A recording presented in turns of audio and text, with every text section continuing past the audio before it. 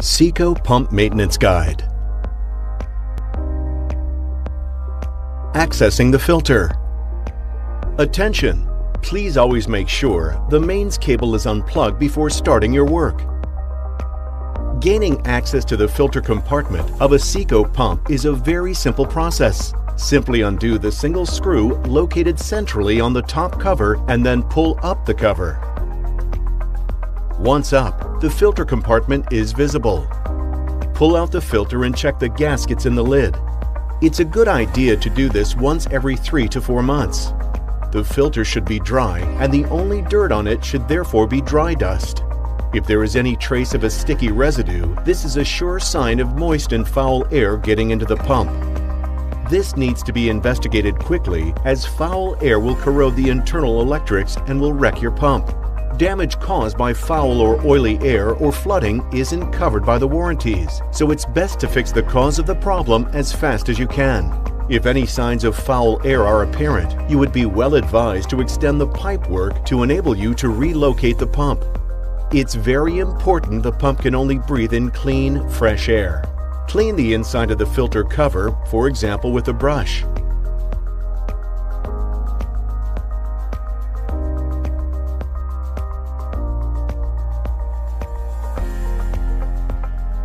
A few tips here. Do you notice the inlet holes? If necessary, clean also this area with the brush. Accessing the core. To gain access to the core of the pump is also simple, but first, ensure the electricity supply is off as you are about to expose mains cables. Undo and remove the nuts and bolts in each corner of the casting, making sure you keep them safely to one side. If the case doesn't separate easily, and it might not, there is a slot designed in the housing specifically to assist you in opening the case. Just slide a flat-bladed screwdriver into the slot and use it to help pry the top open. Make sure that the gasket will not be damaged.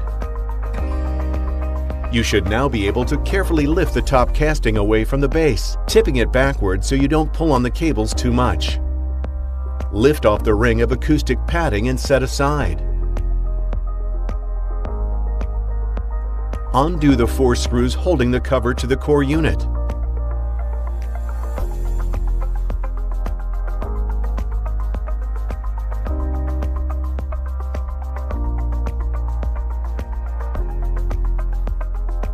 You now have access to the drive unit. From here, we can now go on to service various internal parts of the pump. Component overview. Before we move forward, it's probably a good idea to pause for a moment and just highlight the various parts which we can now see exposed within the unit. The drive unit. Sit either side of a magnet. As sitting right above it, an auto stopper switch. The auto stopper switch activates if the pump becomes unbalanced. The most common cause of such an unbalance is if a diaphragm splits or gets exhausted. Each end of the magnet is bolted to the center of a diaphragm, and this diaphragm sits within a valve box. These magnets are really pretty strong, so make sure you don't catch your fingers and avoid wearing watches or get them close to anything that might be badly affected by a strong magnetic field. These 2 pipes take the air produced by the diaphragms down and out of the pump, and ultimately down through your pipework to the place you need the air.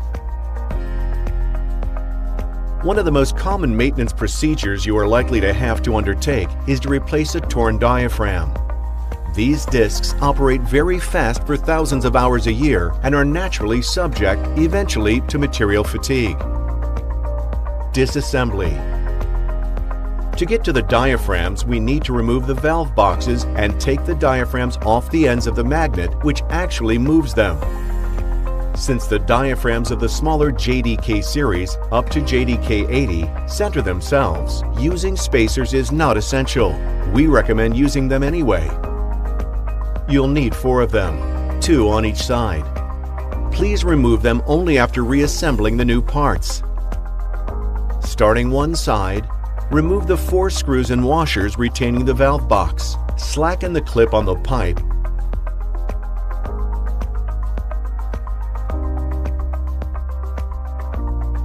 Now, loosen the screws from the valve box and place everything with the parts already removed.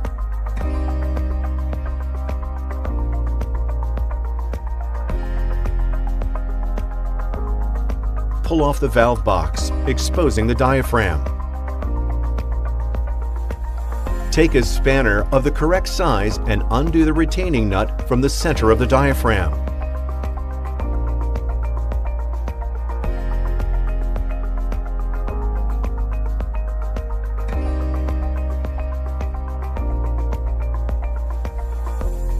Slide the diaphragm off the magnet's threaded bolt.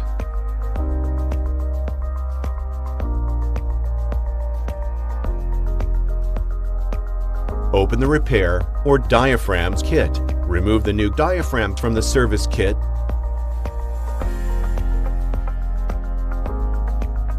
Dispose of the exchanged diaphragms and attach the first new diaphragm onto the threaded end of the magnet. Make sure that it is aligned correctly. Note the opening here, which matches up with the same feature on the casting.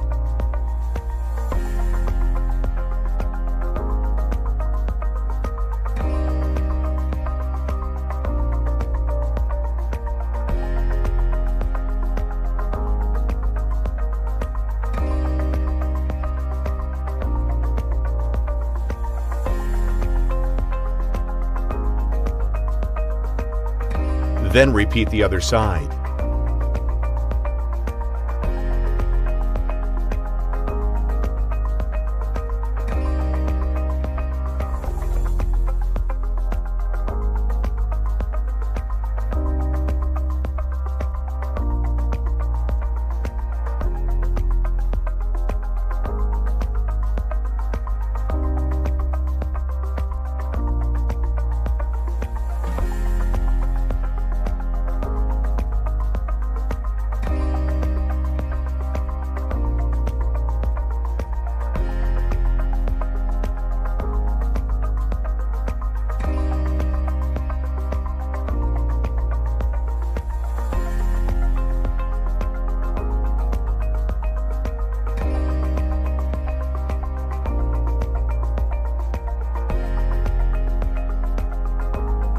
Remove the new valve boxes.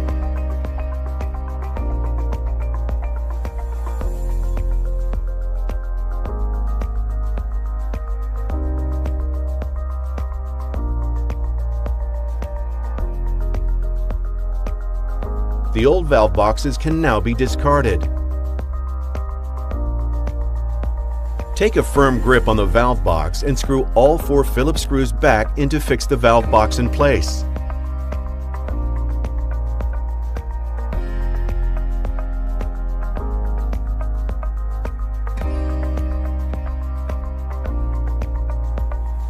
Then, reattach the pipe with its spring clip. Another tip here: slide the clip around so it points downwards. It may not seem a big thing, but it will keep the clip well away from the external casing. This will avoid it buzzing against the casing when the pump is completely reassembled and started back up. Repeat exactly the same procedure for the other end of the pump.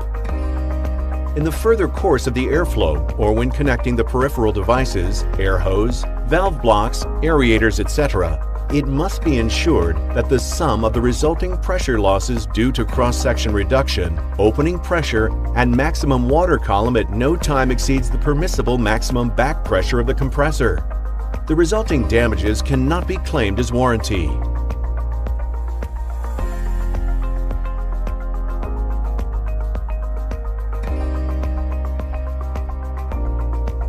Remove the spacers.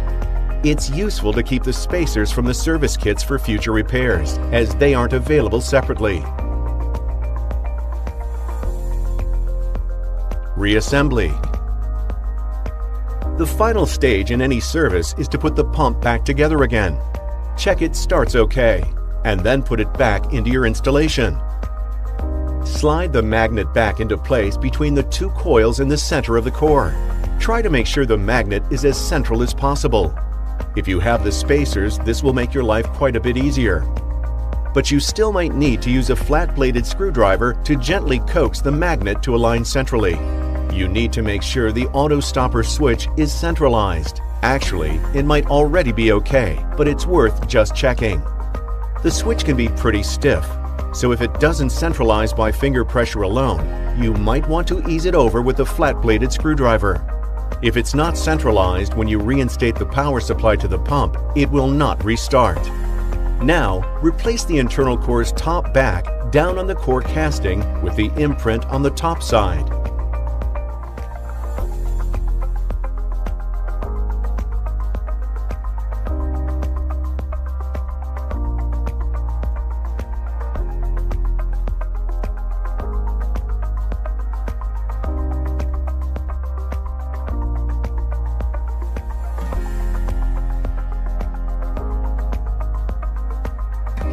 Replace the acoustic padding, and ensure the mains cable is reinserted into the top casing as shown here.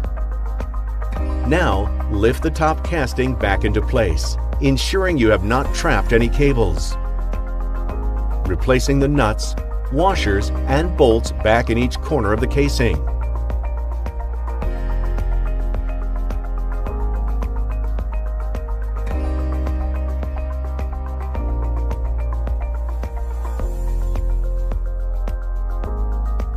The filter can be washed in soapy water, but ensure it is bone dry. Maybe leave overnight in the airing cupboard before reinstalling it. It should really be replaced every 12 to 18 months. It's a good idea to maybe have one in stock, as they are an inexpensive spare part.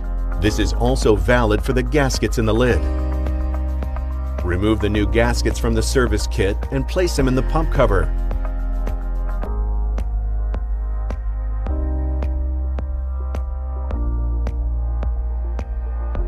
The old seals can now be discarded.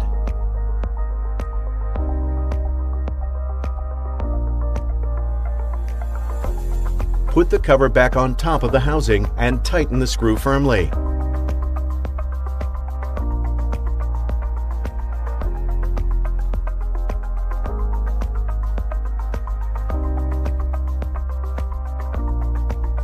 And you're done. Check the pump starts. If it doesn't, you'll need to take the power supply off. Go back a few steps to gain access to the auto stopper switch, as it's quite likely to be the culprit if the pump doesn't restart.